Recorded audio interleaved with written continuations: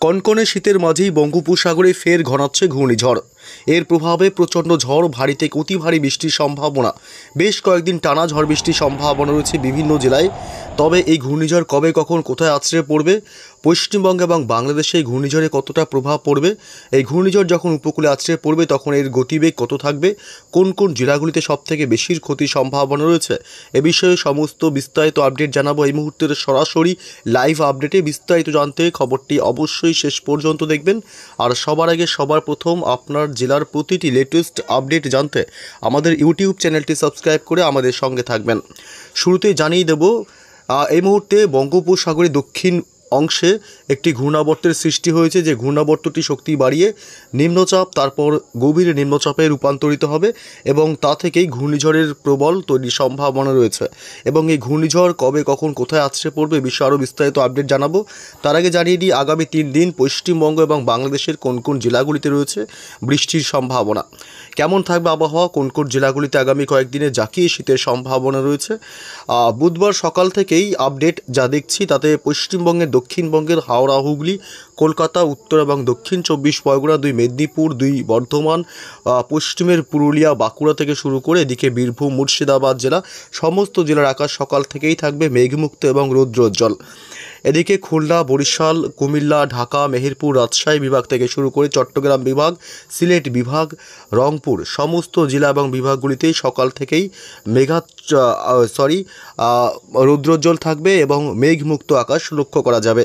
বুধবার দিনভরই আকাশ পরিষ্কার থাকবে। পশ্চিমবঙ্গে উত্তর বঙ্গের জেলাগুলি 2 দিনাজপুর, দার্জিলিং, কালিম্পং, জলপাইগুড়ি জেলা, এদিকে মালদহ জেলা এবং দার্জিলিং, কালিম্পং থেকে শুরু করে গোটা উত্তরবঙ্গের সমস্ত জেলাগুলির আকাশই পরিষ্কার এবং রৌদ্রোজ্জ্বল থাকবে, মেঘমুক্ত আকাশ লক্ষ্য করা যাবে।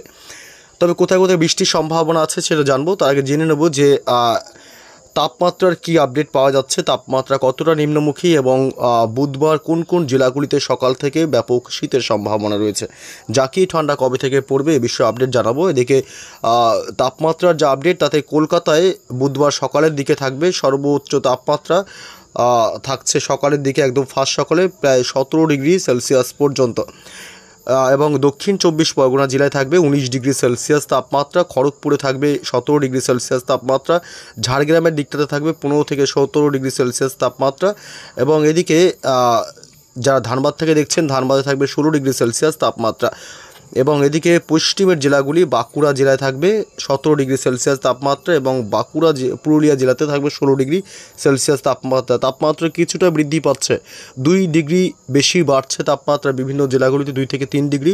পূর্ব বর্ধমান জেলা এবং পশ্চিম বর্ধমানে থাকবে 17 ডিগ্রি সেলসিয়াস তাপমাত্রা, বীরভূম জেলায় থাকবে 17 ডিগ্রি সেলসিয়াস তাপমাত্রা, মুর্শিদাবাদে 18 ডিগ্রি সেলসিয়াস তাপমাত্রা, নদিয়াতে 18 ডিগ্রি, উত্তর 24 পরগনা জেলায় থাকবে 18 ডিগ্রি সেলসিয়াস তাপমাত্রা সর্বোচ্চ তাপমাত্রা, এবং এদিকে দক্ষিণ 24 পরগনা জেলায় 18 ডিগ্রি সেলসিয়াস তাপমাত্রা লক্ষ্য করা যাবে।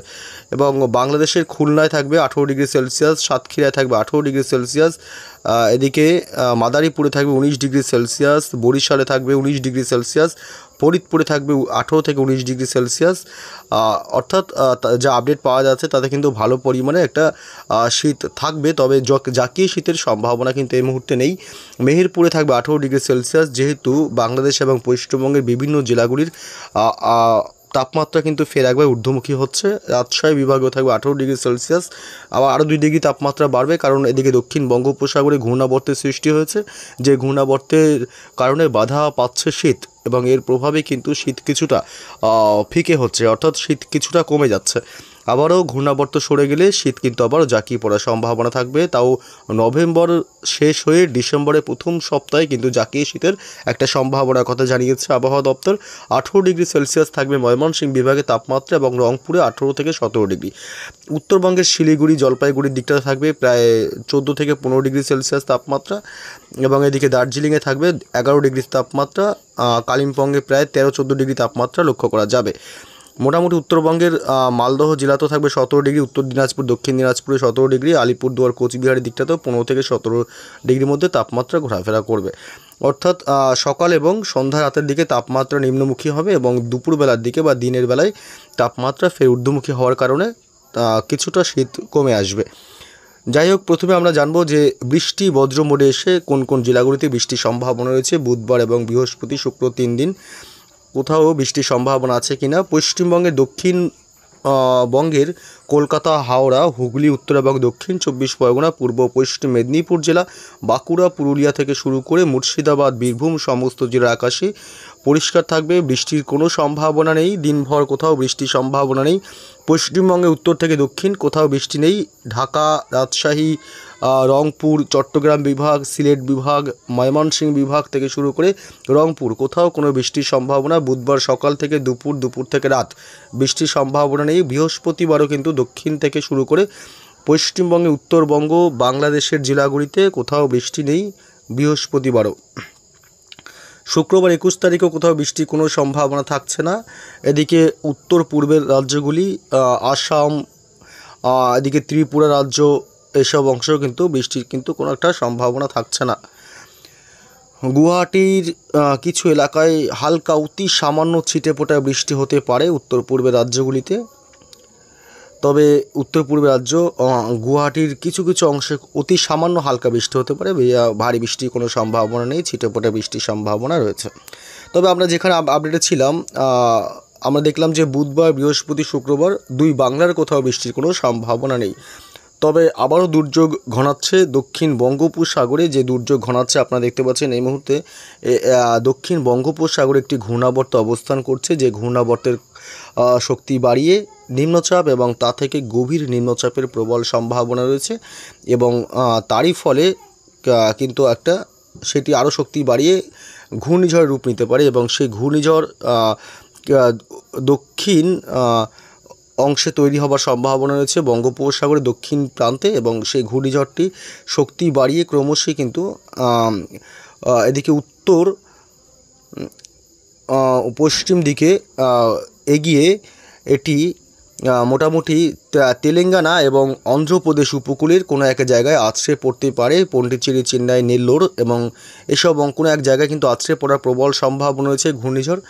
যদি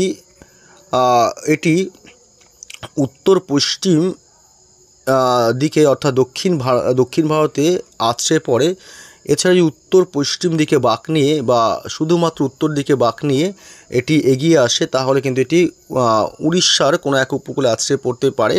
যদি তেলেঙ্গানা, অন্ধ্রপ্রদেশেও ঘূর্ণিঝড়টি আছড়ে পড়ে, তার একটা প্রত্যক্ষ প্রভাব না থাকলেও পরোক্ষ প্রভাবে পশ্চিমবঙ্গ, বাংলাদেশ এবং উড়িষ্যার উপকূলবর্তী এলাকাগুলিতে ব্যাপক ভারী বৃষ্টির সম্ভাবনা থাকবে। আর এটি যদি আমরা বিগত বেশ কয়েক বছরে দেখেছি যে একাধিক ঘূর্ণিঝড় কিন্তু বাঁক নিয়ে উত্তর দিকে এসে এটি পশ্চিমবঙ্গ, বাংলাদেশ এবং উড়িষ্যার কোনো এক প্রান্তে আছড়ে পড়তে আমরা দেখেছি। তবে তার যদি হয়, অর্থাৎ উত্তর দিকে যদি বরাবর এই ঘূর্ণিঝড়টি বাঁক নিয়ে আসে, তাহলে যদি উড়িষ্যার দিকে আছড়ে পড়ার প্রবল সম্ভাবনা থাকবে এবং তা থেকে একটা প্রত্যক্ষ প্রভাব না থাকলেও পশ্চিমবঙ্গ এবং বাংলাদেশে পরোক্ষ প্রভাবে প্রচণ্ড ভারী বৃষ্টির সম্ভাবনা থাকবে, এমনকি দমকা ঝোড়ো হাওয়া বইতে পারে, সমুদ্র উত্তাল হতে পারে। তাই তখন মৎস্যজীবীদের জন্য সতর্কবার্তা জারি হতে পারে। তবে এই ঘূর্ণিঝড়টি আছড়ে পড়ার বিশেষ করে সম্ভাবনা সবথেকে বেশি এই চলতি নভেম্বর মাসের শেষ সপ্তাহ, অর্থাৎ শেষ সপ্তাহতেই কিন্তু এই ঘূর্ণিঝড়টি আছড়ে পড়তে পারে দক্ষিণ ভারত অথবা এদিকে উড়িষ্যা অথবা পশ্চিমবঙ্গ, বাংলাদেশ। কোন দিকে ঘুরে যাবে এখনও পর্যন্ত অজানা, তবে ঘূর্ণিঝড়টি আসার প্রবল একটা সম্ভাবনা থাকছে।